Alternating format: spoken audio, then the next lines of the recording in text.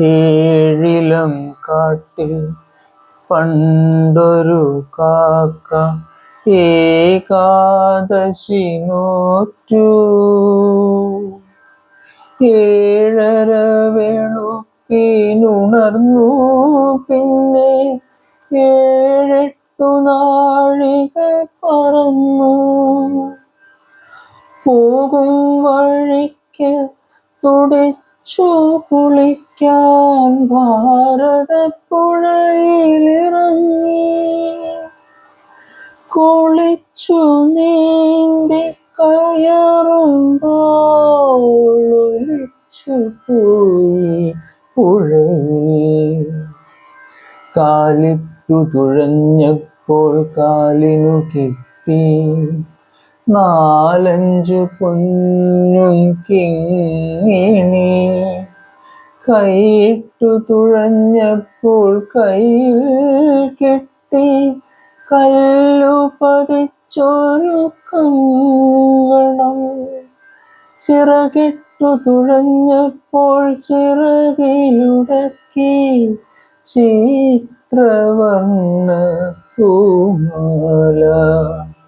തലയിട്ടു തുഴഞ്ഞപ്പോൾ തലയിൽ കിട്ടി തങ്കക്കസവ് തലപ്പാവ്. കുളിച്ചു തോത്തി കയറി കാക്ക ഗുരുവായൂർക്കു പറന്നു. ഗുരുവായൂരെ അരയാൽ കൊമ്പിൽ തിരുനാമം ചൊല്ലിയിരുന്നു. അടുത്ത കൂട്ടിലെ കാവതിക്കാക്ക ഇതു കണ്ടേകാദശി നോറ്റു. 7:30 വെളുപ്പിനുണർന്നില്ല. നേരം 7-8 നാഴിക പുലർന്നു. വടക്കൻ കാട്ടിലെ പനനുങ്കും തിന്നു വെയിലും കൊണ്ടു പറന്നു.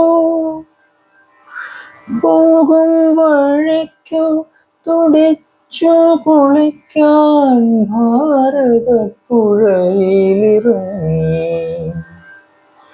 ഓളപ്പാത്തിയിലൊലിച്ചു പോവാനൊത്തിരി നീന്തി നടന്നു.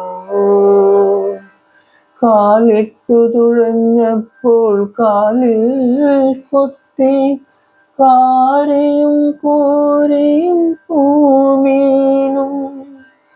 കൈയിട്ടു തുഴഞ്ഞപ്പോൾ കയ്യിലുടക്കി കറുത്തു നീണ്ടൊരു നീർക്കോലി.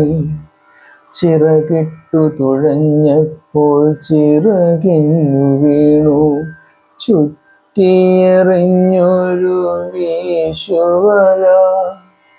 പിറ്റേന്നു വെളുപ്പിനു കാക്കകൾ പുഴയുടെ മറ്റേ കരയിൽ കൂടി. കടവിൽ ചത്തു മലച്ചു കിടക്കുന്നു കൊതിയൻ കാവതിക്കാക്ക. പിറ്റേന്നു വെളുപ്പിനു കാക്കകൾ പുഴയുടെ മറ്റേ കരയിൽ കൂടി. കടവിൽ ചത്തു മലച്ചു കിടക്കുന്നു കൊതിയൻ കാവതിക്കാക്ക.